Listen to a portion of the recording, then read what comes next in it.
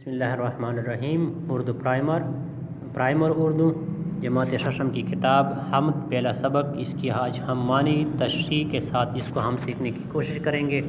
تو آئیے سبق کا آغاز کرتے ہیں۔ سبق حمد وہ نظم جس میں اللہ تعالیٰ کی تعریف بیان کی گئی وہ حمد کہلاتی ہے۔ تو یا رب ہے بخش دینا، معاف کر دینا، درگزر کر دینا، بندے کو کام تیرا، محروم رہ نہ جائے کل یہ غلام تیرا۔ تو شاعر کی شعر میں یہ اس کی تشریح ہے، تو تشریح بھی نوٹ کر لیں کہ شاعر کی شعر میں اللہ تعالیٰ سے کہہ رہا ہے، فریاد کر رہا ہے، اللہ تعالیٰ سے کہہ رہا ہے کہ اے اللہ تیرا کام جو ہے وہ کیا ہے، وہ بندوں کو بخش دینا ہے، چاہے بندہ کتنا بھی گنہگار کیوں نہ ہو، آپ اس کو بخش دیتے ہیں، آپ اس کو معاف فرما دیتے ہیں، اور مجھے بھی معاف کر دیں، کیونکہ ایسا نہ ہو کہ کل قیامت کے دن میں ایسے ہی بغیر معافی کے رہ جاؤں اور مجھے معافی نہ مل سکے۔ جب تک کہ دل بدن میں ہر دم ہو یاد تیری، جب تک زبان ہی منہ میں جاری ہو نام تیرا۔ بدن جسم کو کہتے ہیں، دل قلب، ہر دم، ہر وقت، ہر گھڑی، ہر آن۔ تو شاعر فرماتے کہ اے اللہ جب تک اس دل میں جان ہے، جسم ہے، جس دل میں بدن ہے، یعنی یہ دل جسم جو ہے وہ حرکت کر رہا ہے، تو ہر دم تیری ہی یاد ہے، میں تیرا ہی ذکر کرتا رہوں۔ جب تک زبان ہے منہ میں جاری ہو نام تیرا، اور جب تک میری زبان سلامت ہے، میری زبان کام کرتی رہے، تب تک میں تمہارا ہی نام لیتا رہوں۔ ایمان کی کہیں گے ایمان ہے ہمارا، محمد رسول تیرا، مصطفیٰ کلام تیرا۔ تو کیا کہتے ہیں کہ ایمان ہے ہمارا، اور ہم ایمان ہے کی بات کریں گے، ایمان ہے کے تقاضوں کو پورا کریں گے، اور جب تک کیا ہے ایمان ہے، ہم ایمان کا تذکرہ کریں گے، کیونکہ احمد رسول اللہ صلی اللہ علیہ وسلم جو ہے وہ تیرا رسول ہے، اور قرآن جو ہے وہ تیرا مصحف ہے، تیرا کلام ہے، یہ مصحف قرآن پاک جو ہے وہ تیرا کلام ہے۔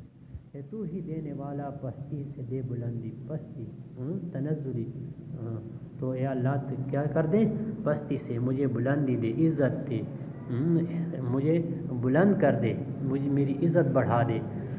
اسفل مقام میرا، اسفل نیچے، گہرا نیچے، پست مقام جو ہے وہ میرا ہے، اعلیٰ مقام تیرا، اور تو جو ہے تو بڑا اونچے مقام والا ہے،